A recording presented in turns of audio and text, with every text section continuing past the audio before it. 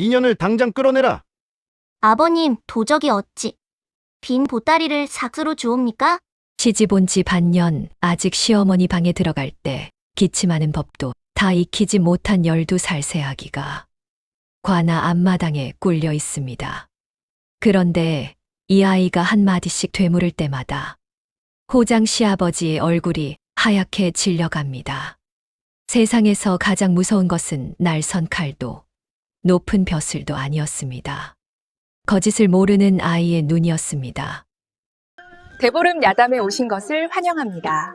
구독과 좋아요는 사랑입니다. 야담 시작합니다. 경상도 어느 고을, 늦가을의 일이었습니다.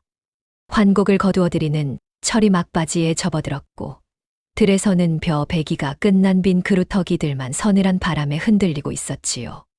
고을 관아 앞마당에는 오가는 사람들이 하나둘 걸음을 멈추고 있었습니다. 동원 앞에 무언가 일이 벌어졌다는 기미가 돌았기 때문이었지요. 동원 처마 아래 사또가 앉아 있었습니다. 그 아래쪽 관아 앞마당 한가운데 한 아이가 꿀려 있었지요. 무명 치마 저고리에 흙이 묻어 있었고 쪽진 머리가 살짝 기울어 있었습니다. 옷고름은 한쪽이 풀려 축 늘어져 있었으니까요. 키가 작았습니다. 무릎을 꿇고 앉아 있어도 어른들의 허리깨에 머리가 닿을까 말까 한 아이였지요. 12살이었습니다. 이 아이의 이름은 이선이었습니다. 이 고을 호장 김만복의 집새아기였지요. 이선의 옆에 한 사내가 서 있었습니다. 나이 50이 넘은 사내였지요. 평소 같으면 위험이 흘러야 할 자리였습니다만 이날은 어딘가 모르게 조급한 기색이 묻어 있었습니다. 발이 가만히 있지 않았고 손이 자꾸 옷자락 어딘가를 찾았으니까요. 이 사내가 바로 이선의 시아버지 호장 김만복이었습니다. 김만복이 사또 앞에 엎드려 아뢰었습니다. 사또, 이 아이가 간밤에 관아곳간 문을 열어주었사옵니다. 사내 둘이 곳간에 들어가 환곡 20섬을 빼내 갔사옵니다. 이 아이가 안에서 문빗장을 풀어준 것이옵니다. 사또가 눈을 가늘게 떴습니다. 앞마당에 꿀려 있는 아이를 한번 보고 다시 호장을 보았지요.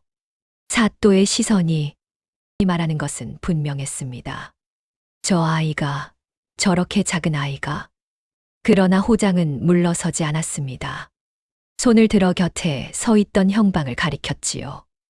이날 새벽 호장의 신고를 받고 호장댁에 나가 새아기 방을 살핀 것이 바로 이 형방이었습니다. 그 자리에서 한 가지를 거두어 관아에 두었었지요. 형방이 그것을 챙겨와 사또 앞에 내려놓았습니다. 무명 보따리 한 장이었습니다. 얇고 낡은 보따리였지요. 작게 접혀 있었고 무게도 거의 없어 보였습니다. 호장이 그 보따리를 가리키며 아뢰었습니다. 이것이 새아기 방에서 나온 증좌이옵니다. 도적들이 삭스로 새아기에게 준 것이옵니다. 사또가 보따리를 받아들었습니다. 펼쳐보았지요. 안에 아무것도 없었습니다. 보따리는 비어 있었습니다. 사또가 보따리를 뒤집어도 흔들어도 먼지 한 톨 떨어지지 않았지요. 호장. 예, 사또. 안에 무엇이 들어 있었느냐? 호장의 입이 한 박자 늦게 열렸습니다. 그 한 박자가 앞마당에 모여 서 있던 사람들에게는 꽤 길게 느껴졌을 겁니다. 호장의 얼굴 한쪽이 미세하게 굳었지요. 표가 안 나는 굳음이었습니다. 그러나 무엇인가 자기 계산과 어긋났다는 표정만은 분명했습니다. 아이가 어딘가에 숨겨두었을 것이옵니다. 사또의 눈썹이 살짝 올라갔습니다. 그러나 아직은 아무 말도 하지 않았지요. 바로 그때였습니다. 꿀려 있던 아이가 고개를 들었습니다. 울고 있지 않았습니다. 떨고 있지도 않았지요. 눈이 붉지도 입술이 떨리지도 않았습니다. 그저 가만히 고개를 들어 시아버지를 올려다보았을 뿐이었습니다. 12살 아이의 눈이 어른의 눈과 마주쳤지요. 아버님.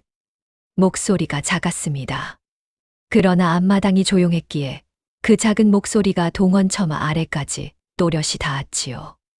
도적이 빈 보따리를 삭스로 주옵니까? 앞마당에 모인 사람들 사이로 바람이 한 줄기 지나갔습니다. 아무도 말하지 않았지요. 호장의 얼굴이 잠깐, 정말 잠깐 굳었습니다. 금방 풀렸지만 그 잠깐이 사또의 눈에 들어갔는지 아닌지는 아무도 몰랐을 겁니다. 호장이 즉시 받았습니다. 이 아이가 삭슬 따로 숨긴 것이지 어찌 빈 채로 받았겠사옵니까? 그럴듯한 말이었습니다. 그러나 이선은 고개를 갸웃했지요. 이해가 되지 않는다는 얼굴이었습니다. 분노의 표정이 아니었고 억울함을 호소하는 표정도 아니었습니다. 그저 어른의 말이 앞뒤가 안 맞는 것 같은데 그게 왜 안 맞는 건지 자기도 잘 모르겠다는 얼굴이었지요. 본 것을 본 대로, 들은 것을 들은 대로 옮기고 싶을 뿐인 아이의 눈이었습니다.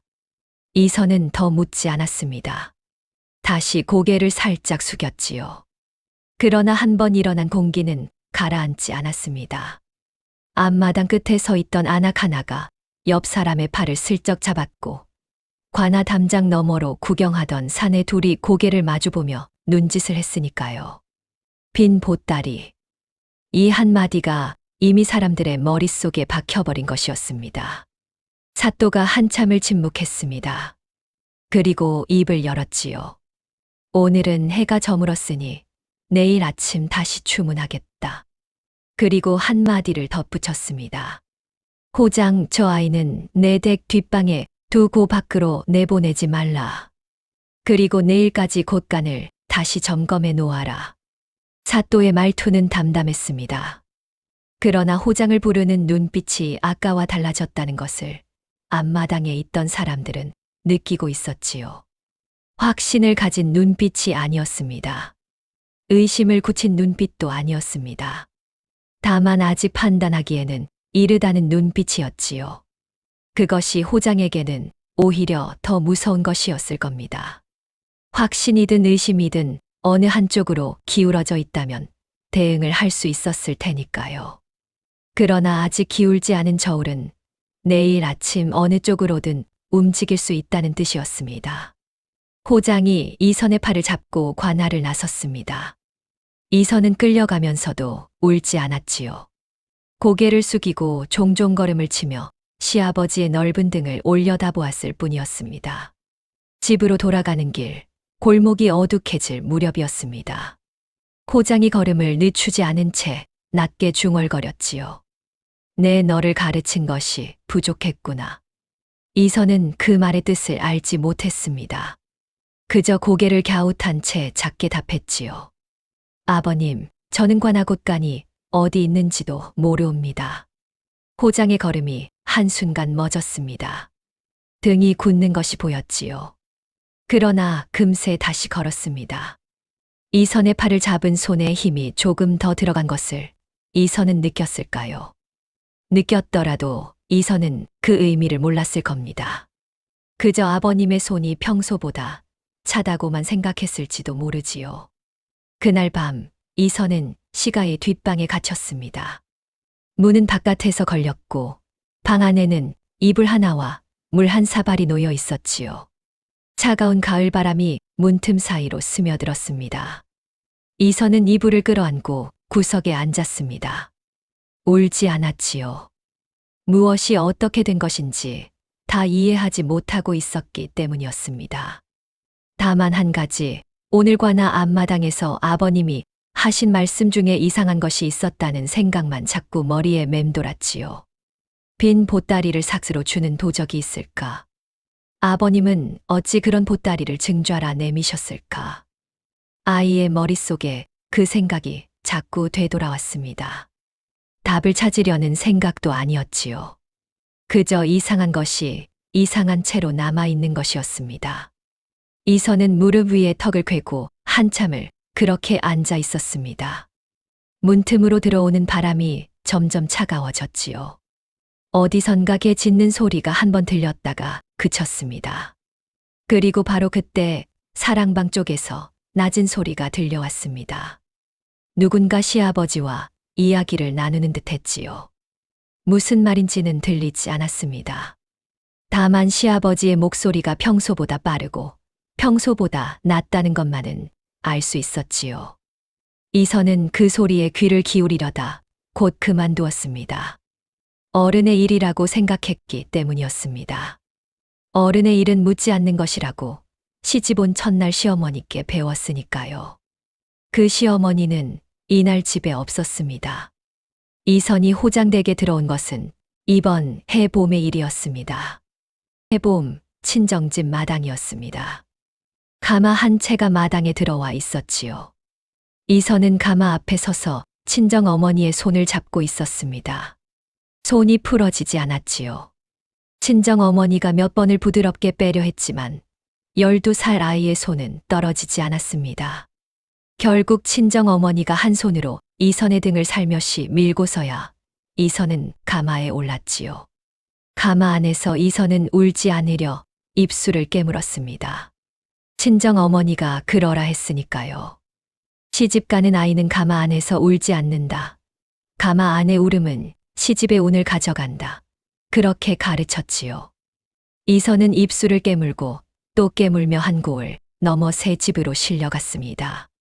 그렇게 이선이 도착한 곳이 이 고을 호장 김만복의 집이었습니다.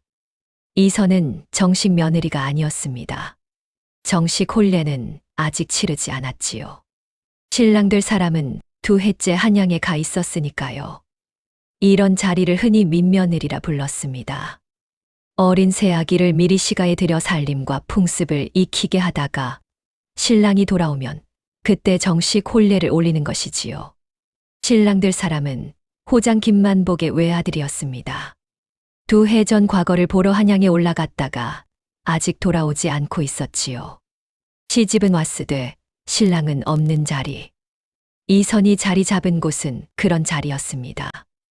호장 김만복은 이 고을 향리 가운데 가장 높은 자리에 있는 사내였지요. 향리란 관아의 일을 대대로 맡아보는 중인 신분의 사람들을 말합니다. 그 중에서도 호장은 환곡곡간의 열쇠를 맡고 봄에 백성에게 빌려준 곡식과 가을에 돌려받는 곡식의 장부를 손수 적는 자리였습니다. 한 고을의 곡식이 어디로 얼마나 오가는지를 가장 먼저 그리고 가장 자세히 아는 사람이 바로 호장이었던 것입니다. 그러니 김만복은 관아 출입이 잦았습니다. 새벽에 나가 밤에야 돌아오는 날이 많았고 어떤 날은 사흘이 지나도록 사랑방 불이 꺼져 있었지요. 집 안에는 시어머니 박 씨가 있었습니다. 박 씨는 키가 크지 않았고 말수도 많지 않았습니다. 큰 소리를 내는 사람이 아니었지요. 그러나 한 번 시선을 거두면 그 자리의 분위기가 묘하게 가라앉은 사람이었습니다. 새아기에게 회초리를 든 적은 한 번도 없었습니다. 다만 새아기가 잘못한 일이 있을 때 박 씨는 한참을 가만히 보고만 있었지요. 그 시선이 회초리보다 무거웠습니다. 이선은 시집 온 첫 달, 그 시선을 자주 받았습니다. 시어머니 방에 들어갈 때 기침 한 번 하고 들어가야 한다는 것을 몰라서 한 번, 어른께 차를 올릴 때 2손으로 받쳐야 한다는 것을 몰라서 한 번, 절구질을 하다 절구꽁이를 놓쳐 마당에 굴린 것이 한 번. 그때마다 박 씨는 말없이 보았고 이선은 영문도 모른 채 고개를 숙였지요. 며칠이 지나서야 어느 종에게 슬쩍 물어 까닭을 알게 되었습니다. 밤이 가장 힘들었습니다. 낮에는 일이 많아 정신이 없었지만 밤이 오면 친정 어머니가 떠올랐지요. 어떤 밤에는 이불을 머리까지 뒤집어 쓰고 소리 없이 울었습니다. 어떤 밤에는 그 울음마저 나오지 않아 그저 천장만 올려다보았지요. 친정 어머니가 시집가는 날 손에 쥐어준 작은 무명천 한 조각을 베개 밑에 두고 매만지면서 그런 이선에게 박 씨는 큰 정을 주지 않았습니다. 박 씨도 새아기를 미워한 것은 아니었지요. 다만 어색했을 뿐입니다. 어린아이를 어떻게 다뤄야 할지 박 씨도 잘 알지 못했던 것입니다. 게다가 이 집의 외아들은 한양에서 아직 돌아오지 않고 있었지요. 정식 혼례도 치르지 않은 신부, 그 신부를 데리고 사는 시어머니. 2 사람 사이에는 자연히 거리가 있었습니다. 박 씨는 새아기에게 필요한 것을 챙겨주었고, 새아기는 시어머니가 시키는 일을 했습니다. 그 이상도 그 이하도 아니었지요. 여름이 가고 가을이 왔습니다. 가을은 포장되기 가장 바쁜 철이었습니다. 봄에 빌려주었던 환곡을 가을에 거두어들이는 시기였으니까요. 김만복은 거의 집에 들어오지 않았습니다. 들어오는 날에도 사랑방 불이 깊은 밤까지 켜져 있었지요. 가끔 사랑방에서 누구와 낮은 목소리로 이야기를 나누는 소리가 새어 나왔습니다. 이선은 그것을 어른의 일이라 여기고 묻지 않았습니다. 묻지 않는 것이 새아기의 도리라고 박 씨가 가르쳤기 때문이었지요. 그러던 어느 늦가을 저녁의 일이었습니다. 그날도 이선은 부엌에서 저녁상을 거두고 있었습니다. 박 씨가 안채에 들어간 뒤 이선은 빈 그릇 몇 개를 들고 부엌 뒤를 돌아 뒷마당 쪽으로 향했지요. 뒷마당 한쪽에 그릇 헹구는 물독이 있었기 때문이었습니다. 어둠이 막 깔리기 시작한 시각, 마당의 풀잎이 바람에 살짝씩 흔들리고 있었습니다. 뒷마당 모퉁이를 도는 순간 이선의 걸음이 멈췄습니다. 뒷마당 한가운데에 작은 수레가 한 대에 놓여 있었지요. 수레 위에 가마니가 두어 개 실려 있었고 그 옆에 시아버지가 서 있었습니다. 그리고 시아버지 뒤에 처음 보는 산에 두 사람이 서 있었습니다. 한 사람은 키가 컸고 다른 한 사람은 어깨가 넓었지요. 둘 다 갓도 쓰지 않았고 옷차림이 어딘가 모르게 마을 사람 같지 않았습니다. 이선이 그릇을 든 채로 멍하니 서 있었습니다. 그 자리가 무엇을 하고 있는 자리인지 이선은 알지 못했지요. 다만 시아버지의 등이 평소와 다르다고 느꼈습니다. 평소 시아버지의 등은 곧고 위험이 있었는데 그날 저녁의 등은 어딘가 모르게 굽어 있었지요. 이선이 무심코 입을 열었습니다. 아버님, 그것이 무엇이옵니까? 순간 시아버지가 획 돌아보았습니다. 이선은 그날 시아버지의 그런 눈을 처음 보았습니다. 위험도 노여움도 아니었지요. 무엇이라 부를 수 없는 그러나 분명히 무서운 눈이었습니다. 그 눈을 마주한 순간 이선의 손에서 그릇이 미끄러질 뻔했지요. 썩 들어가거라. 시아버지의 목소리가 평소보다 크고 평소보다 거칠었습니다. 이선은 영문도 모른 채 그릇을 끌어안고 부엌 쪽으로 종종 걸음을 쳤지요. 등 뒤에서 시아버지가 사내들에게 무어라 낮게 이르는 소리가 들렸습니다. 그러나 무슨 말인지는 알 수 없었습니다. 이선은 부엌에 그릇을 내려놓고 가만히 서 있었습니다. 가슴이 뛰었지요. 무엇 때문에 뛰는지는 자기도 잘 몰랐습니다. 그저 시아버지의 그 눈이 자꾸 떠올랐을 뿐이었지요. 그날 밤이었습니다. 이선이 자리에 누우려 할 때 시어머니 박 씨가 이선의 방으로 들어왔습니다. 박 씨가 새아기의 방에 직접 들어오는 일은 흔치 않았지요. 이선이 얼른 일어나 무릎을 꿇고 앉았습니다. 박 씨는 한참을 말없이 새아기를 보았습니다. 그러더니 평소보다 낮은 목소리로 물었지요. 새아기, 오늘 뒷마당에서 무엇을 보았느냐? 이선이 잠시 망설이다 본대로 답했습니다. 시아버지가 서 계셨고 수레가 있었고 가마니가 실려 있었고 처음 보는 산에 두 사람이 있었다고. 박 씨는 듣는 동안 표정을 바꾸지 않았습니다. 다만 듣고 난 뒤 한 호흡을 길게 쉬었지요. 박 씨가 말했습니다. 새아기. 예, 어머님. 그런 것은 누구에게도 말하지 말거라. 이선이 고개를 끄덕였습니다.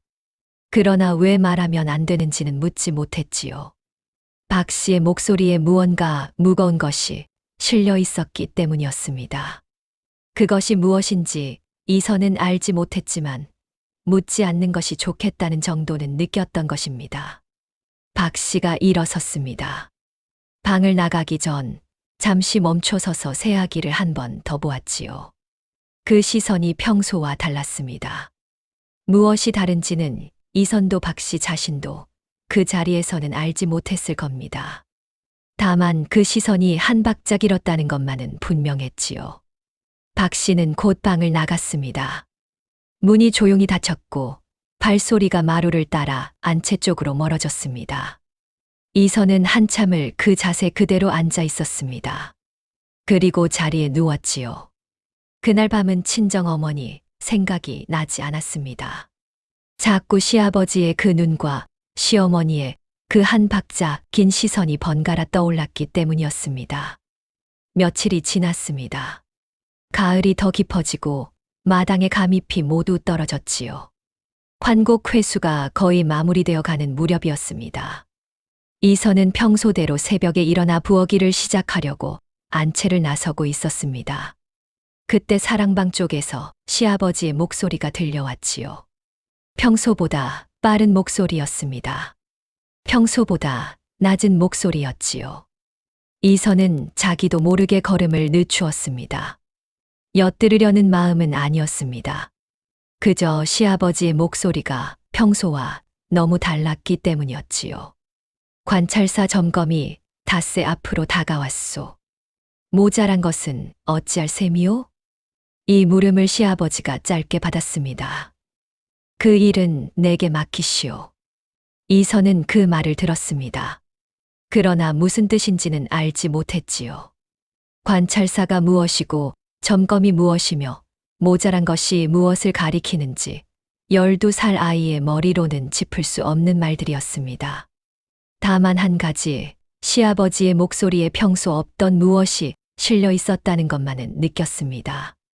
그것이 무엇인지도 이선은 몰랐지요. 두려움이라는 단어를 아직 그 의미대로 써본 적이 없는 아이였으니까요.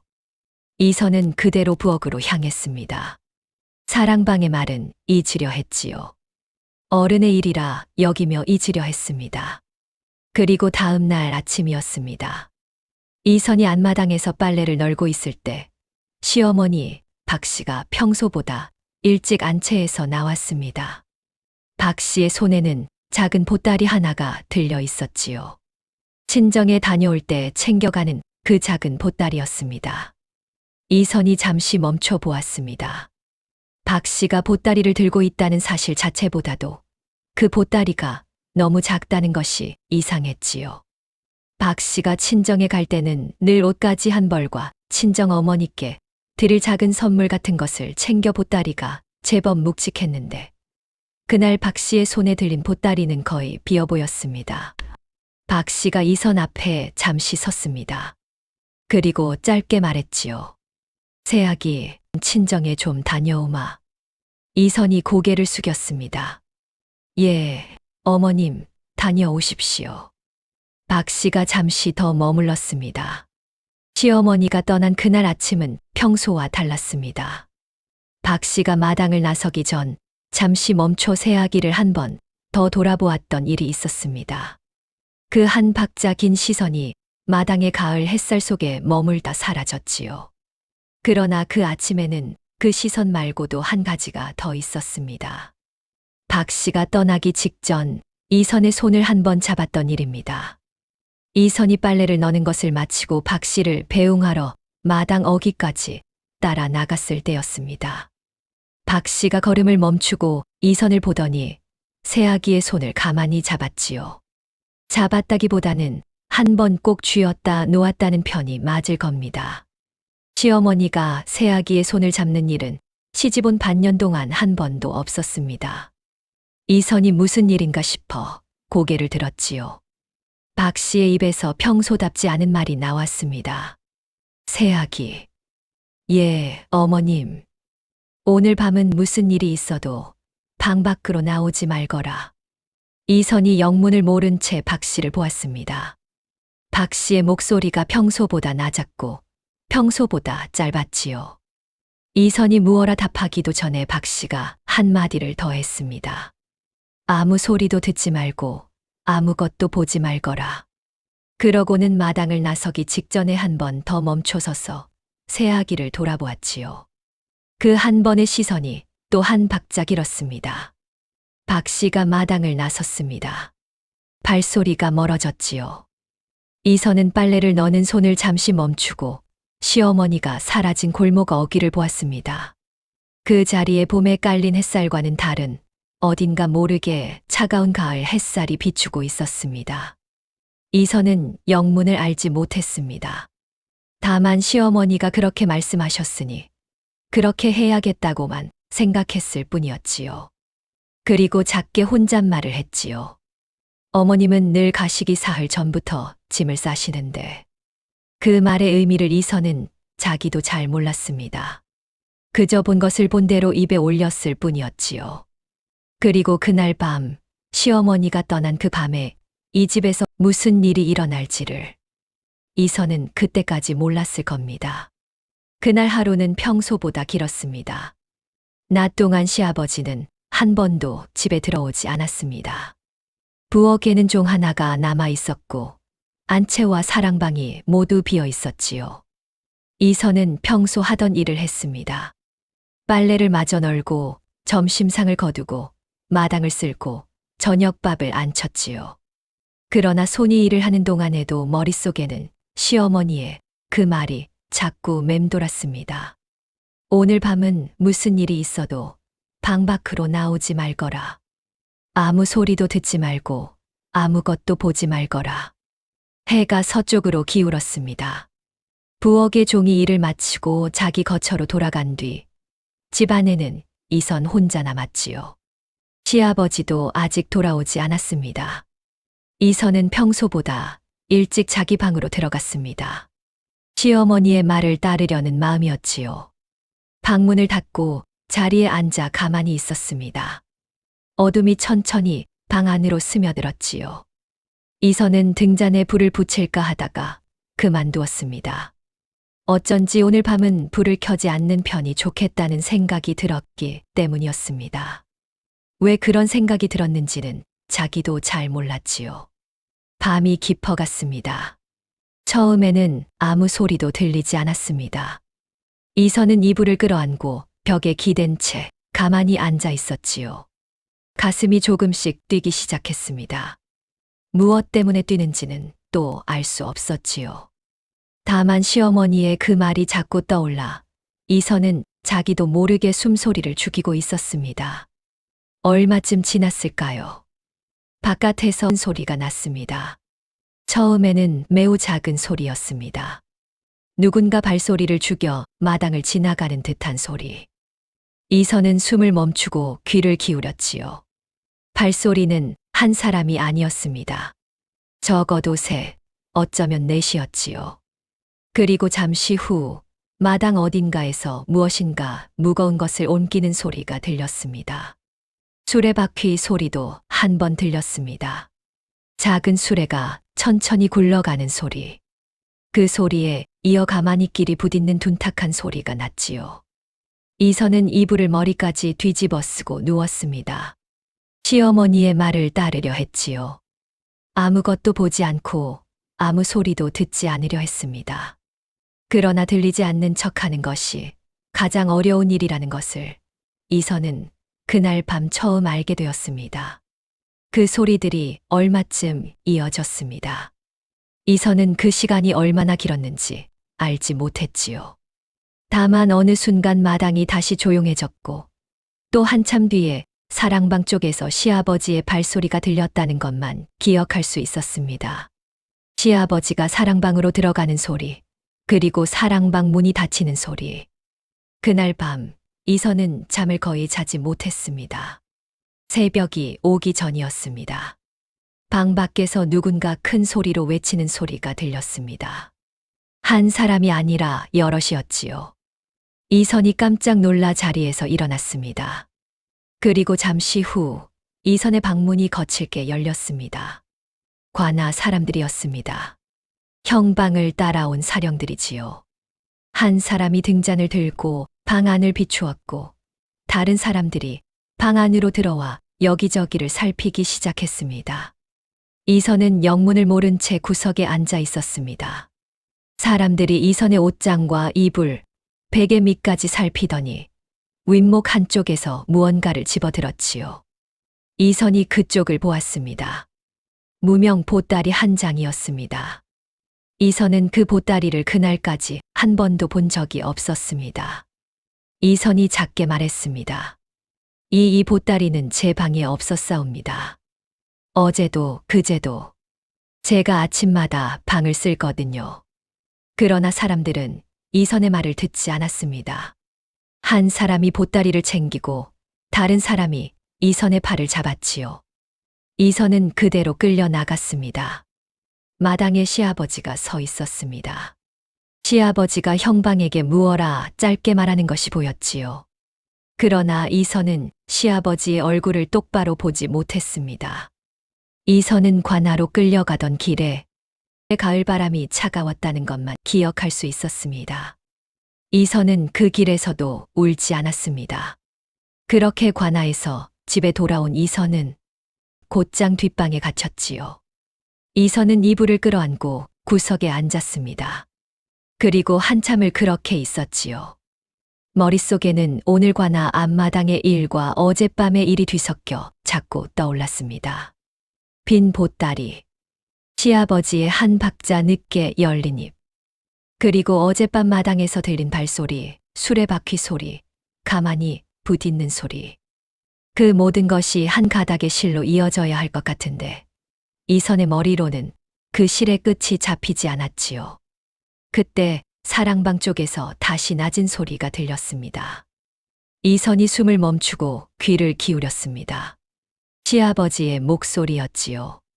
그리고 다른 사내의 목소리. 평소 같으면 잘 들리지 않을 거리였지만 그날 밤은 집 안이 너무 조용했기 때문에 단어 몇 개가 또렷이 들려왔습니다. 장부는 태웠소. 어젯밤에 거의 다 태웠소만. 일부는 잿더미에. 거기까지였습니다. 그 뒤로는 들리지 않았지요. 이선은 그 말을 들었습니다. 그러나 또 무슨 뜻인지는 알지 못했습니다. 장부가 무엇이고 무엇을 태웠다는 것인지, 잿더미라는 것은 또 무엇인지 이선의 머리로는 짚을 수 없는 말들이었습니다. 다만 한 가지, 시아버지가 무언가를 태웠다는 것. 그것만은 분명히 들었지요. 이선은 그 말을 머릿속 어딘가에 따로 두었습니다. 잊지 않으려고 그런 것은 아니었습니다. 잊으려 해도 잊히지 않을 말이었기 때문이었지요. 새벽이 가까워졌습니다. 닭이 한 번 울었지요. 이선이 자리에 누우려다 문틈 사이로 무엇인가 비치는 것을 보았습니다. 마당 쪽에서 누군가 움직이는 그림자였지요. 이선은 자기도 모르게 일어나 문틈에 눈을 가까이 댔습니다. 마당 한쪽 어둠이 채 가시지 않은 새벽의 푸른 기운 속에서 한 사람이 발소리를 죽여 안채 쪽으로 들어가고 있었습니다. 잠시 후 그 사람이 다시 안채에서 나와 뒷마당 쪽으로 사라졌습니다. 어둠이 짙어 얼굴은 보이지 않았지요. 그러나 그 걸음걸이를, 그 키와 어깨선을 이선은 알았습니다. 친정에 가신 시어머니였습니다. 이선이 눈을 한 번 비비고 다시 보았습니다. 그러나 그림자는 이미 뒷마당 쪽으로 사라진 뒤였지요. 이선은 자기가 잘못 본 것이 아닌가 싶어 한참을 문틈 앞에 앉아 있었습니다. 그러나 어머님의 걸음걸이를 잘못 볼 수가 없었지요. 시집 온 반년 동안 매일 보았던 그 걸음을. 이선이 자리에 다시 누웠습니다. 그러나 잠은 오지 않았지요. 어머님은 친정에 가셨다 하셨는데 어찌 집으로 돌아오셨을까? 그리고 어찌 안채로 곧장 가지 않고 뒷마당으로 가셨을까? 뒷마당에는 무엇이 있는데 무엇을 하러 가신 것일까? 이선의 머리로는 그 답을 찾을 수 없었습니다. 다만 한 가지, 어머님이 떠나시기 전에 하신 그 말이 다시 떠올랐지요. 오늘 밤은 무슨 일이 있어도 방 밖으로 나오지 말거라. 아무 소리도 듣지 말고 아무것도 보지 말거라. 이선은 시어머니의 말을 따랐습니다. 보지 않으려 했고 듣지 않으려 했습니다. 그러나 결국 보아버렸지요. 새벽이 더 깊어졌습니다. 닭이 두 번째로 울었지요. 날이 밝으면 이선은 다시 관아 앞마당에 꿇어야 했습니다. 사또가 다시 주문하겠다고 한 그 아침이 오고 있었기 때문이었습니다. 날이 밝았습니다. 뒷방의 작은 창으로 새벽빛이 스며들었지요. 이선은 결국 잠을 자지 못한 채 아침을 맞았습니다. 무릎을 꿇고 앉아있던 자세 그대로 등이 벽에 닿아 있었습니다. 문이 바깥에서 열렸지요. 시아버지가 직접 문을 열었습니다. 시아버지는 이선을 한 번 보았으나 아무 말도 하지 않았지요.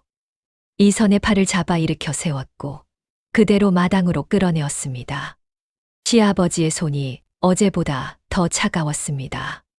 그러나 이선은 시아버지의 얼굴을 보지 못했지요. 시아버지가 끝내 이선과 눈을 마주치지 않았기 때문이었습니다. 관아 앞마당에 다시 도착했을 때 어제보다 더 많은 사람들이 모여 있었습니다. 하룻밤 사이에 고을 안에 소문이 퍼진 것이었지요. 호장댁 어린 새아기가 환곡 도둑이라는 죄명으로 추문을 받는다는 소문. 그러나 어제 그 새아기가 시아버지에게 한마디 되물었다는 소문도 함께 퍼졌습니다. 도적이 빈 보따리를 삭스로 주옵니까? 그 한마디가 입에서 입으로 옮겨가 어떤 사람은 진짜로 그 자리에서 들은 것처럼 옆 사람에게 전했고 어떤 사람은 그 말이 무슨 뜻인지 알지도 못한 채 따라 옮겼지요. 사또가 동원 처마 아래에 다시 앉았습니다.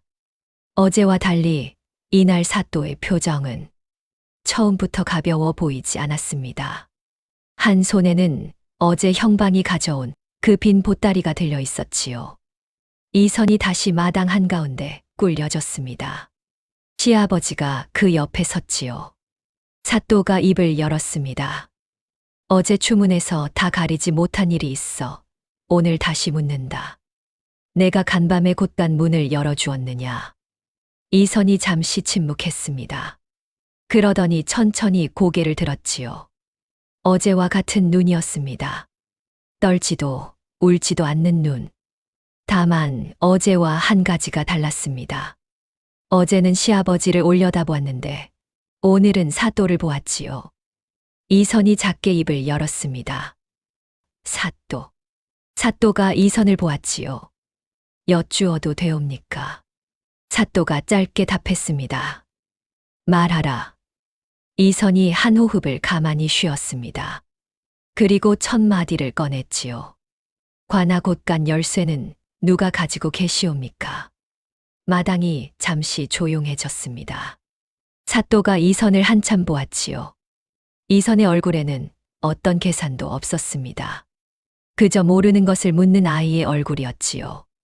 이 아이가 정말 모르고 묻는 것인지 아니면 알면서도 모르는 척 묻는 것인지 그 자리에 누구도 단정할 수 없었습니다. 사또가 천천히 답했습니다.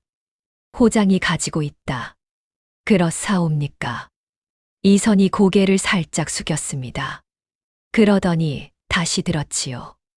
그러면 그 열쇠는 어디에 두시옵니까? 늘 관아에 두시는 것이옵니까? 사또가 호장 쪽으로 시선을 옮겼습니다. 호장이 한 박자 늦게 답했지요. 늘 허리춤에 차고 다니옵니다. 이선이 고개를 끄덕였습니다. 영문을 다 알아들은 듯한 표정은 아니었습니다. 그저 그렇구나 하는 표정이었지요. 그러더니 작게 한마디를 더했습니다. 저는 그 열쇠가 어떻게 생겼는지도 모르옵니다. 시집 온 반년 동안 한 번도 본 적이 없사옵니다. 마당의 공기가 또 한 번 묘하게 움직였습니다. 어제 이 자리에 있었던 사람들과 오늘 새로 모인 사람들 사이로 작은 소리들이 오갔지요. 빈 보따리, 곧간 열쇠. 두 단어가 이미 사람들의 머릿속에 박혀 있었습니다. 호장이 즉시 받았습니다. 이 아이가 간사하여 소인이 잠든 사이 열쇠를 풀어 가져갔다. 다시 가져다 놓은 것이옵니다. 그럴듯한 말이었습니다. 그러나 이선은 또 고개를 갸웃했지요. 이번에는 시아버지를 보지 않았습니다. 사또만 보았지요. 사또. 말하라.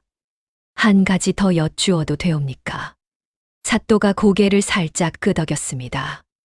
이선이 두 번째 되물음을 꺼냈습니다. 며칠 전 저녁의 일이옵니다. 마당이 또 조용해졌지요. 소녀가 부엌에서 그릇을 들고 뒷마당으로 나간 일이 있사옵니다. 그릇 행고는 물독이 뒷마당에 있었기 때문이옵니다. 그날 저녁에 소녀가 뒷마당에서 아버님을 베었사옵니다. 아버님께서 작은 수레 옆에 서 계셨고 수레 위에 가마니가 두어 개 실려 있었사옵니다. 아버님 뒤에 처음 보는 사내 두 분이 서 계셨사옵니다. 한 분은 키가 컸고 한 분은 어깨가 넓으셨사옵니다. 두 분 다 갓을 쓰지 않으셨사옵니다. 이선이 거기까지 말하고 잠시 멈췄습니다. 본 그대로 옮기는 대 머리를 써야 했기 때문이었지요. 그리고 다시 입을 열었습니다. 그때 소녀가 아버님께 여쭈었사옵니다. 그것이 무엇이옵니까? 하고. 그러자 아버님께서 들어가라 호통하셨사옵니다. 그날 저녁 뒷마당에 실려있던 가마니는 무엇이었사옵니까? 사또. 호장의 얼굴이 그때 처음으로 하얗게 질렸습니다. 사또가 호장을 돌아보았지요. 그러나 묻지 않았습니다. 사또가 묻지 않은 것이 호장에게는 더 무서운 것이었지요. 사또의 침묵은 곧 사또의 머릿속에서 무언가가 맞아 들어가고 있다는 뜻이었기 때문이었습니다. 호장이 입을 열기까지 한 박자가 걸렸습니다. 이 아이가 어려서 잘못 본 것이옵니다. 뒷마당에 수레는 있었사오나 가마니에는 헌짚을 묶어둔 것이옵니다. 사내 둘은 소인의 집안 자제들이옵니다. 이를 도우러 온 것이옵니다. 호장의 말이 평소보다 길었습니다. 평소 호장은 짧고 분명하게 말하는 사람이었지요. 그러나 이날은 한마디 한마디가 길어지고 그 사이사이가 조금씩 비어 있었습니다. 거짓말을 하는 사람의 입이 그러하듯이 이선이 다시 입을 열었지요. 아버님, 호장이 이선을 보지 못했습니다. 거짓말을 하면 아니 된다고 어머님께서 가르쳐 주셨사옵니다. 마당의 사람들 사이에서 작은 소리가 흘러나왔지요. 한 안악이 옆 사람의 팔을 잡았습니다. 한 사내가 고개를 돌려 한숨을 한 번 쉬었지요. 어떤 사람은 입을 가렸습니다. 누구도 큰 소리를 내지 않았으나 그 작은 소리들이 모여 마당의 공기를 다시 움직이게 했습니다. 사또가 한참을 침묵했습니다. 그러더니 이선에게 물었지요. 더 할 말이 있느냐? 이선이 고개를 살짝 숙였습니다. 그러더니 다시 들었지요. 세 번째 되물음이었습니다. 한 가지 더 있사옵니다. 사또. 사또가 고개를 끄덕였지요. 어머님이옵니다. 마당이 또 한 번 조용해졌습니다. 어머님께서는 어제 아침에 갑자기 친정에 길을 나서셨사옵니다. 어머님께서는 평소 친정에 가실 때 사흘 전부터 짐을 싸시는 분이옵니다. 옷가지 한 벌과 친정 외할머님께 드릴 작은 선물 같은 것을 미리 챙기시고 가시는 길에 누구를 만나시는지 미리 말씀해 두시옵니다. 그것이 어머님의 평소 모습이옵니다. 이선이 한 호흡을 쉬었습니다. 그러나 이번에는 그러지 않으셨사옵니다. 어제 아침에 갑자기 길을 나서셨사옵니다. 짐도 거의 없으셨사옵니다. 가시기 전에는 아버님께서 갑자기 가라 하셨다고 들었사옵니다. 어머님께서는 어찌 그리 급히 떠나셨사옵니까? 그리고 어머님께서 아니 계신 그 밤에 곳간이 비었사옵니다. 이선이 마지막 한마디를 보탰지요. 이 마지막 한마디는 묻는 말이 아니었습니다. 이상하지 않사옵니까, 사또? 사또가 호장을 보았습니다. 이번에는 사또의 눈이 어제와도 조금 전과도 달랐지요. 아직 판단을 미루는 눈도 아니었고 의심을 굳히는 눈도 아니었습니다. 사또의 머릿속에서 한 가닥씩 흩어져 있던 실들이 한 묶음으로 모이고 있는 눈이었지요.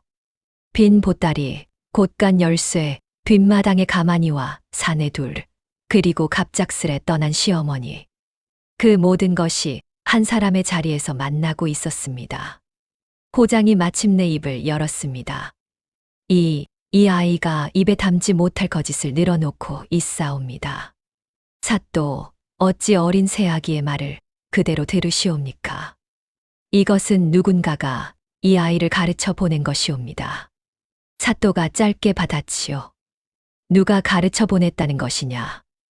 호장의 입이 다시 막혔습니다. 누구라고 답할 수 없었기 때문이었지요. 시어머니라고 답하면 시어머니의 부재가 더 이상해졌고, 아무도 없다고 답하면 자기 말의 앞뒤가 맞지 않았습니다. 호장이 무어라 입을 열려 했지만 이선이 한 번 더 작게 말했지요. 아버님.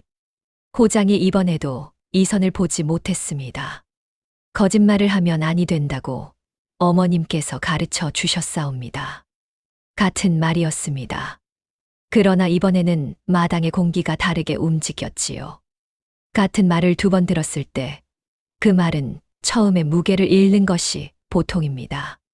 그러나 이날 이 자리에서는 두 번째 말이 첫 번째 말보다 더 무거웠지요. 마당의 사람들이 그 말의 의미를 두 번에 걸쳐 새기고 있었기 때문이었습니다. 어머님이 가르쳐 주셨다. 거짓말을 하면 아니 된다. 그리고 그 어머님은 지금 이 자리에 없다. 사또가 명을 내렸습니다. 호장댁 뒷마당과 사랑방을 뒤져라. 모든 살림을 살피되 손대지 말고 그대로 두라. 형방이 직접 주관하라. 형방이 사령들을 데리고 일어섰지요. 호장이 자리에 주저앉았습니다. 무릎이 풀린 사람의 자세였지요. 형방이 사령넷을 데리고 호장댁으로 향했습니다. 관하에서 호장댁까지는 멀지 않았지요. 한 골목을 돌아 두어 집을 지나면 큰 기와 지붕이 보이는 집이 바로 호장댁이었습니다. 대문은 닫혀 있었으나 잠기지는 않았지요. 형방이 대문을 밀고 들어섰습니다. 사령들이 뒤따랐지요. 집 안은 조용했습니다. 안채에도 사랑방에도 사람이 없었지요. 부엌에도 아무도 없었습니다. 시어머니가 친정에 가고 호장이 관아에 붙잡혀 있고 새아기도 관아에 있으니 이 집에는 지금 아무도 있지 않은 것이었습니다. 형방이 먼저 사랑방으로 들어갔습니다. 사랑방 안은 어지러웠지요. 평소 호장이 쓰던 문서와 장부들이 탁자 위에 흩어져 있었고 벼루에는 먹이 마른 채 굳어 있었습니다. 방 한쪽에 놓인 화로가 형방의 눈에 들어왔지요. 화로 안에는 회색 재가 수북이 쌓여 있었습니다. 형방이 화로 곁에 무릎을 꿇고 잿더미를 살펴보았습니다. 재를 한 움큼 걷어내자 그 아래에서 무엇인가가 나왔지요. 검게 그을리고 가장자리가 타들어간 종이 몇 장이었습니다. 누런 빛이 도는 두꺼운 한지. 일부는 까맣게 타서 글자가 보이지 않았으나 일부는 다행히 불을 면해먹으로 쓴 글자가 또렷이 남아 있었습니다. 한 장이 아니었지요. 여러 장이 잿더미 속에 묻혀 있었습니다. 형방이 그 종이들을 하나씩 조심스럽게 꺼내어 마루에 펼쳤습니다. 글자를 읽어보니 환곡 곡식의 출납을 적은 장부였지요. 봄에 얼마를 빌려주었고 가을에 얼마를 돌려받았으며 남은 곡식이 얼마라는 숫자들이 적혀 있었습니다. 그런데 숫자 몇 군데가 지우고 다시 쓴 흔적이 있었지요. 원래 적혀 있던 숫자 위에 다른 숫자가 더 씌워져 있었습니다. 장부를 고쳐 쓴 것이었지요. 형방이 탁자 위에 놓여 있던 온전한 환곡 장부 한 권을 가져와 나란히 펼쳤습니다. 잿더미에서 건진 종이와 탁자 위 장부를 한 글자 한 글자 대조해 보았지요. 오래 걸리지 않았습니다. 같은 손이 쓴 글씨였지요. 글씨의 결도 같았고 한자 한자의 모양도 같았습니다. 잿더미의 장부가 원래 장부이고 탁자 위의 장부가 고쳐 쓴 장부라는 것이 한 번에 드러났습니다. 호장이 환곡 장부를 손수 고쳐 적은 뒤 원래 장부를 화로에 던져 태우려 했으나 다 타지 못한 것이었지요. 형방이 사령 하나에게 잿더미의 장부를 조심스럽게 보자기에 싸서 들고 가라 이르고 나머지 사령들과 함께 뒷마당으로 나갔습니다. 뒷마당은 풀이 죽어 있었습니다. 가을이 깊어진 마당에는 마른 풀과 낙엽이 쌓여 있었지요. 한쪽에 작은 헛간이 있었습니다. 사령들이 헛간 문을 열고 안을 살피기 시작했지요. 헛간 안에는 빈 가마니 몇 장과 농기구, 그리고 묵은 집단이 쌓여 있었습니다. 사령 하나가 집단을 들추다가 무어라 소리를 질렀지요. 형방님, 이것 좀 보시옵소서. 집단 사이에 작은 무명 주머니 하나가 끼워져 있었습니다. 형방이 그것을 꺼내 입구를 풀었지요. 안에서 엽전 몇 잎이 부딪는 소리가 났습니다. 형방이 잠시 생각했습니다. 그리고 관하로 돌아가는 길에 한 가지를 더 떠올렸지요. 어제 사또 앞에 내놓았던 빈 보따리, 고장이 도적들이 삭스로 새아기에게 준 것이라 한 그 보따리가 비어 있었다는 것. 그리고 지금 헛간에서 나온 엽전 주머니. 이 엽전이 원래 그 보따리 안에 들어 있었던 것이라면, 누군가 그것을 보따리에서 빼내어 헛간에 숨겨둔 것이라면, 형방의 머릿속에서 한 가닥의 실이 이어졌지요. 그 누군가가 누구인지를 형방은 짐작할 수 있었습니다. 그러나 형방은 그것을 입에 올리지 않았습니다. 입에 올릴 자리가 아니라는 것을 아는 사람이었으니까요. 형방이 관하로 돌아왔습니다. 사또가 기다리고 있었지요. 고장은 아까 그 자세 그대로 마당에 주저앉아 있었고, 이선은 아직도 마당 한가운데에 꿀려 있었습니다.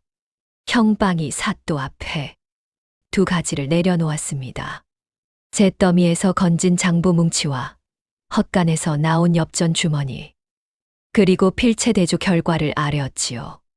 사또 사랑방 화로 잿더미에서 태우다 만 환국 장부를 찾았사옵니다. 같은 손이 적은 것이 분명하옵니다. 글씨의 결도 같고 한자 한자의 모양도 같사옵니다. 그리고 뒷마당 헛간 집단 사이에서 이것이 나왔사옵니다. 형방이 엽전 주머니를 가리켰지요. 엽전 몇 잎이옵니다. 어제 새아기 방에서 나온 보따리가 비어 있었던 까닭을 짐작할 수 있는 물건이옵니다. 사또가 잿더미의 장부를 한 장씩 들춰보았습니다. 처음 한 장, 두 번째 장, 세 번째 장. 사또의 표정은 변하지 않았으나 종이를 잡은 손가락이 한 박자씩 더디게 움직였지요. 그리고 엽전 주머니를 한번 들어 올려보았습니다. 어제의 빈 보따리를 다시 한번 펼쳐보았지요. 빈 보따리와 엽전 주머니를 나란히 놓고 한참을 보았습니다. 군수가 고개를 한번 끄덕였습니다. 모든 것이 맞아 들어가고 있었지요. 빈 보따리, 곳간 열쇠, 뒷마당에 가만히, 갑자기 떠난 시어머니, 태우다 만장부, 그리고 헛간의 엽전. 이 모든 것이 한 사람의 자리에서 만나고 있었습니다. 사또가 호장을 보았습니다. 호장. 호장이 고개를 들었지요. 그러나 이미 대답할 힘이 남아있지 않은 사람의 얼굴이었습니다. 사또가 더 묻지 않았지요. 물을 것이 남아있지 않았기 때문이었습니다. 사또가 짧게 명을 내렸습니다. 호장 김만복을 결박하라. 사령들이 호장에게 다가갔습니다. 호장은 저항하지 않았지요. 일어설 힘조차 남아있지 않은 사람의 몸이었습니다. 사령들이 호장의 두 손을 등 뒤로 묶었습니다. 사또가 한 번 더 명을 내렸습니다. 호장 덱살림과 곳간을 봉인하라. 환곡 장부와 함께 모두 거두어 관하에 두라. 이 일은 가명으로 올린다. 호장 김만복은 가명의 처분을 기다리도록 하라. 형방이 명을 받들었지요. 사령들이 호장을 끌고 일어났습니다. 호장이 끌려가는 동안에도 마당에 누구도 큰 소리를 내지 않았습니다. 어떤 사람은 고개를 숙였고, 어떤 사람은 호장을 보았으며, 어떤 사람은 마당 한가운데에 아직 꿀려있는 어린 새아기를 보았지요. 이선은 자기가 무엇을 보고 있는지 다 알지 못했습니다. 시아버지가 묶여 끌려가는 모습. 형방이 가져온 그을린 종이 뭉치와 엽전 주머니. 환곡 장부라는 것. 이 모든 단어들이 이선의 머릿속에서 한자리에 모이지 못한 채 흩어져 있었지요. 다만 한 가지, 시아버지가 끌려갔다는 것. 그것만은 분명했습니다. 호장이 끌려나간 뒤 사또가 이선을 보았습니다. 아이는 이제 일어나도 좋다. 이선이 천천히 일어났습니다. 무릎이 잘 펴지지 않았지요. 어제부터 거의 같은 자세로 꿀려 있었기 때문이었습니다. 그래도 이선은 끝까지 손을 짚지 않고 일어섰습니다. 이선이 관할을 나섰습니다. 마당의 사람들이 길을 비켜주었지요. 관아 문을 지나 골목으로 들어섰을 때 이선은 걸음을 멈추었습니다. 골목 어귀에 한 사람이 서 있었지요. 시어머니였습니다. 관아에는 오지 않았으나 골목에서 기다리고 있었습니다. 얼마나 서 있었는지는 알 수 없었지요. 다만 시어머니의 옷자락이 마른 흙먼지를 잔뜩 묻히고 있었습니다. 급히 어딘가에서 달려온 사람의 모습이었지요. 박 씨가 이선을 보았습니다. 그리고 이선의 손을 잡았지요. 이번에는 한 번 쥐었다 놓는 손이 아니었습니다. 잡은 채 놓지 않는 손이었습니다. 박 씨가 낮게 말했지요. 가자, 새아기. 이선이 고개를 끄덕였습니다. 그러나 발이 잘 떨어지지 않았지요. 박 씨가 이선의 걸음에 맞추어 천천히 걸음을 옮겼습니다. 두 사람이 골목을 걸어가는 동안 아무 말도 오가지 않았습니다. 박 씨가 한 번 멈춰 서서 이선을 보았지요. 그 시선이 또 한 박자 길었습니다. 그러나 이번에는 그 시선 안에 무엇이 들어있는지 이선도 어렴풋이 느낄 수 있었습니다. 박 씨가 작게 말했습니다. 이제부터가 시작이다, 새아기. 이선은 그 말의 뜻을 묻지 않았습니다. 다만 박 씨의 손을 조금 더 꼭 잡았지요. 호장 김만복은 그날로 가명으로 압송되었습니다. 가명의 처분이 내려지기까지는 며칠이 걸렸지요. 그러나 결과는 짐작할 수 있는 것이었습니다. 환곡 20섬을 빼돌리고 장부를 손수 고친 죄. 한고을 호장의 자리에 있던 사람이 저지른 일이었으므로 그 죄는 가볍게 처분될 수 없었습니다. 호장 김만복은 곤장을 받은 뒤 먼 고을로 유배되었지요. 함께 일을 도왔던 사내 둘도 함께 잡혀 들어가 같은 처분을 받았습니다. 호장 댁의 살림은 봉인이 풀린 뒤 몰수되었습니다. 논마지기와 밭투어 두락, 사랑방의 살림과 안채의 가구, 그리고 곳간에 남아있던 곡식, 모두 관하로 거두어졌지요. 호장직은 끊겼습니다. 김만복의 자리는 다른 향리에게 넘어갔고 호장댁이라 불리던 그 큰 집의 대문에는 한동안 봉인의 종이가 붙어 있었습니다. 박 씨와 이선에게 남은 것은 많지 않았습니다. 가산이 다 몰수되고 남은 것이라고. 마을 한쪽 끝에 작은 초가 한 채와 박 씨가 시집 올 때 친정에서 가져온 옷가지 몇 벌, 그리고 살림에 쓸 무명천과 바느질 도구 몇 가지가 전부였지요. 부리던 종들은 모두 떠났습니다. 떠나면서 종 하나가 박 씨에게 절을 올렸으나 박 씨는 그 절을 받기만 하고 아무 말도 하지 않았습니다. 종도 더 이상 머무르지 않았지요. 이사하는 날이었습니다. 큰 집을 비우고 작은 초가로 짐을 옮기는 일은 두 여인이 하기에는 벅찬 일이었지요. 그러나 두 사람은 묵묵히 그 일을 했습니다. 박 씨가 짐을 묶고 이선이 작은 보따리들을 마당으로 옮겼습니다.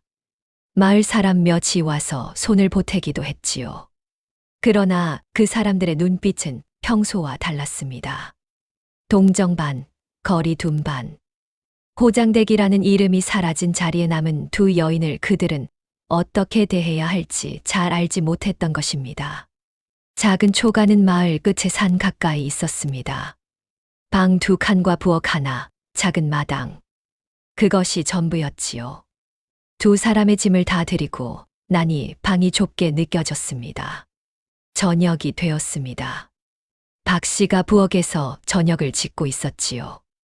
이전 같으면 종이 했을 일이었습니다. 그러나 이제는 박 씨가 손수해야 했지요.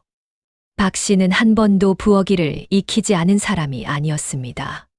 시집 오기 전 친정에서 그리고 시집 온 천몇 해 동안 박 씨도 부엌에 자주 섰던 적이 있었지요. 다만 호장댁의 안주인이 된 뒤로는 종에게 맡겨두었던 일이었습니다. 손이 잠시 어색했지만 박 씨는 묵묵히 불을 살피고 솥을 보았습니다. 이선이 부엌 곁에 앉아 있었지요. 어머님을 도울 일을 찾았으나 박 씨가 무엇을 시키지 않았기 때문에 그저 곁에 앉아 불을 보았습니다.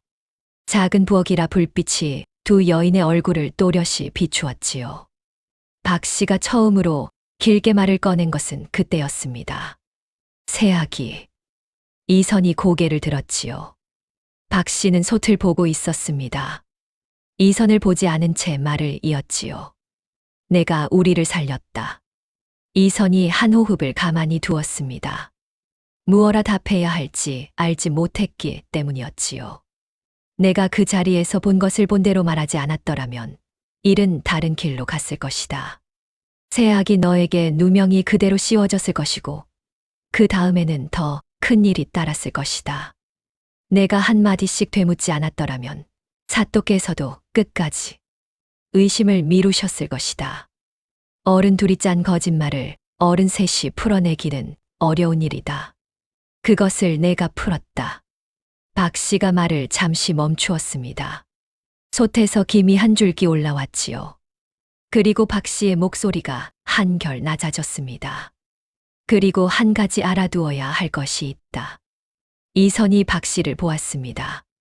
박 씨는 여전히 솥을 보고 있었지요. 내 방에 있던 보따리 말이다. 이선의 눈이 조금 커졌지요. 내 아버님이 넣어둔 것이었다. 안에 엽전 몇 잎이 들어 있었지. 너에게 누명을 씌우기 위한 것이었다. 이선이 작게 물었습니다. 어머님, 아버님은 어찌하여 소녀를? 박 씨가 짧게 답했지요. 내가 뒷마당에서 본 것 때문이다. 가만히를 씻는 것을 내가 보았지. 내 아버님은 그때부터 내가 두려웠던 것이다. 언젠가 내가 입을 열면 자기가 끝이라는 것을 알았지. 그런데 마침 관찰사 점검이 닷새 앞으로 다가왔다. 곳간이 비었다는 것이 곧 들통날 판이었지. 밖에서 도적을 잡아 죄를 뒤집어 씌울 시간도 없었고. 그래서 가장 만만한 사람을 골랐을 것이다. 아무도 편들어줄 사람이 없는 시집 온 지 반년도 안 된 12살짜리 너를. 이선은 아무 말도 하지 못했습니다. 내가 그날 새벽에 내 방에 들러 그 엽전만 거두어 헛간에 숨겨두었다. 보따리는 그대로 두었고 이선의 머릿속에서 비로소 한 가닥의 실이 이어졌습니다. 빈 보따리가 왜 비어 있었는지, 시아버지가 군수 앞에서 왜 그토록 당혹스러운 얼굴을 하셨는지, 박 씨가 말을 이었지요. 잿더미의 장부도 내가 건져 원래 자리에 얹어 두었다. 형방이 찾을 수 있는 자리에. 이선이 작게 물었습니다. 어머님, 그러면 어머님께서 저를. 박 씨가 고개를 천천히 저었습니다. 아니다, 새아기. 내가 너를 살리려고 한 것이 아니다. 처음에는 집에서 무슨 일이 벌어지는지 내 눈으로 보아야겠다는 마음뿐이었다. 그러다 내 방에서 엽전이 든 보따리를 보고서야 알았지. 내 아버님이 12살짜리 아이에게까지 죄를 떠넘기려 한다는 것을. 박 씨의 목소리가 잠시 가늘어졌습니다. 그러나 떨리지는 않았지요. 내가 두 해 동안 눈을 감고 있었다. 그 침묵이 결국 너를 관아 앞마당에 끌고 간 것이다. 박 씨가 한 호흡을 쉬었지요. 그런데 나는 관아에 나설 수 없었다. 아내가 남편을 고변하면 그 아내도 죄를 받는 것이 이 세상의 법이니까. 나서고 싶어도 나설 수 없었다. 그래서 형방이 찾을 자리에 놓아두는 것밖에 할 수 없었던 것이다. 이선이 가만히 듣고 있었습니다. 내가 관아 앞마당에서 되물을 때 나는 골목에서 듣고 있었다. 내가 울지 않고 본 것을 본대로 되묻는 것을. 그것을 듣고서야 생각했다. 이 아이가 이렇게까지 하는데 나는 골목에 숨어서 무엇을 기다리고 있는가. 박 씨가 솥에서 시선을 거두고 이선을 보았습니다. 시집 온 반년 동안 본 적 없는 눈이었지요.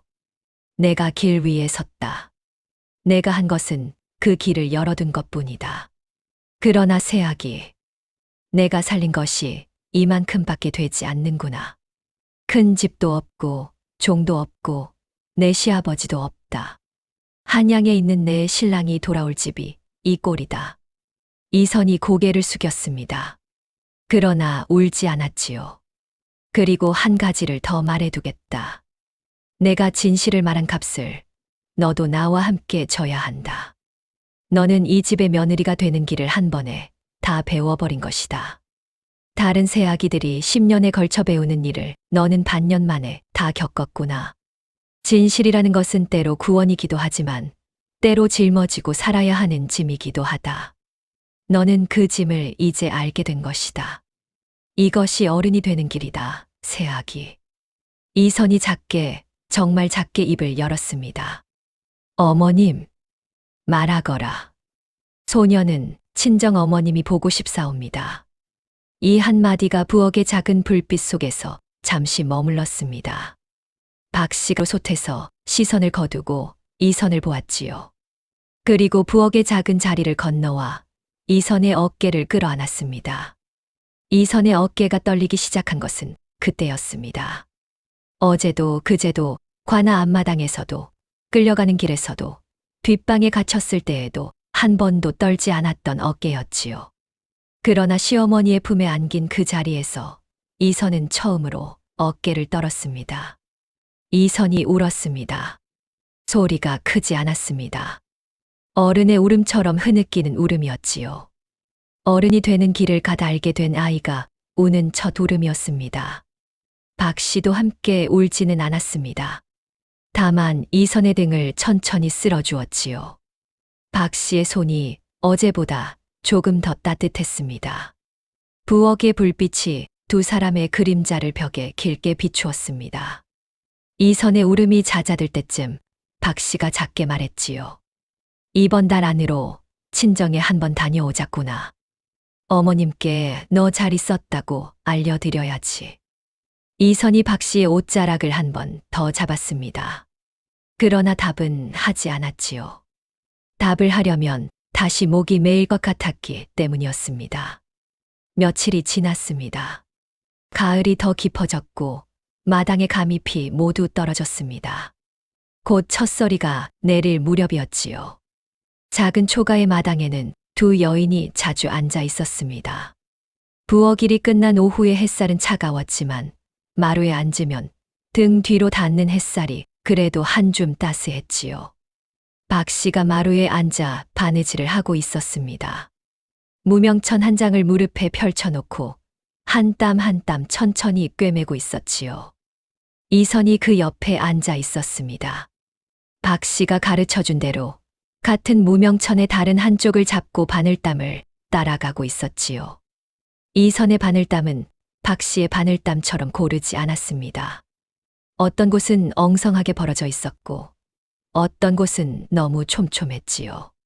그러나 박씨는 그것을 고치라 말하지 않았습니다. 다만 곁에서 자기 바늘땀을 천천히 이어갔을 뿐이었지요. 두 여인의 손이 같은 천 위에서 움직였습니다. 말은 없었습니다. 바느질 소리만 작게 들렸지요. 이따금 박씨가 짧게 한마디를 했고 이선이 짧게 답했습니다. 그뿐이었습니다.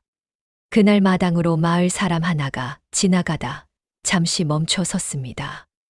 안주인. 박씨가 고개를 들었지요. 그 일이 정말 새아기 한마디로 다 드러난 것이오. 마을에 그 이야기가 자꾸 돌아묻고 싶었소이다.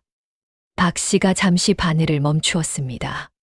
그러더니 짧게 답했지요. 아이가 본 것을 본대로 말한 것뿐이옵니다. 마을 사람이 무어라 더 말을 잊지 못한 채 고개를 끄덕이고 지나갔습니다. 박씨가 다시 바늘을 잡았지요. 이선은 그 자리에서 고개를 들지 않은 채 자기 바늘땀을 이어갔습니다. 자기 이야기를 자기 곁에서 해도 이선은 더 이상 그것을 자기 일이라 여기지 않는 듯한 자세였지요. 그날의 가을 햇살이 두 여인의 어깨에 잠시 머물렀다 사라졌습니다. 훗날 이 고을에서는 이런 말이 오갔다 전합니다. 세상에서 가장 무서운 것은 높은 벼슬도, 날선 칼도, 두꺼운 장부도 아니라고. 거짓을 모르는 아이의 눈이라고. 그리고 그 아이의 눈이 한 번 거짓을 꿰뚫고 나면 그 아이는 더 이상 아이로만은 살 수 없게 된다고. 그 아이가 새로 알게 된 어른의 무게를 함께 져주는 사람이 곁에 있다는 것. 그것이 곧 한 사람의 구원이라고. 호장대기라 불리던 자리에 남은 작은 초가에서 두 여인이 그 가을과 그 겨울을 같이 났다 합니다. 그리고 이듬해 봄, 한양에서 신랑이 돌아왔을 때 그 작은 초가의 마당에서 정식 혼례가 치러졌다 하지요. 큰 잔치는 아니었으나 마당 한쪽에 박씨가 손수 심은 매화 한 그루가 긴 꽃을 피웠다 합니다. 그리고 그 매화 아래에서 신부가 비로소 한 번 더 울었다 합니다. 이번에는 어른의 울음이 아니라 시집 오던 날 가마 안에서 참았던 그 울음이었다고요.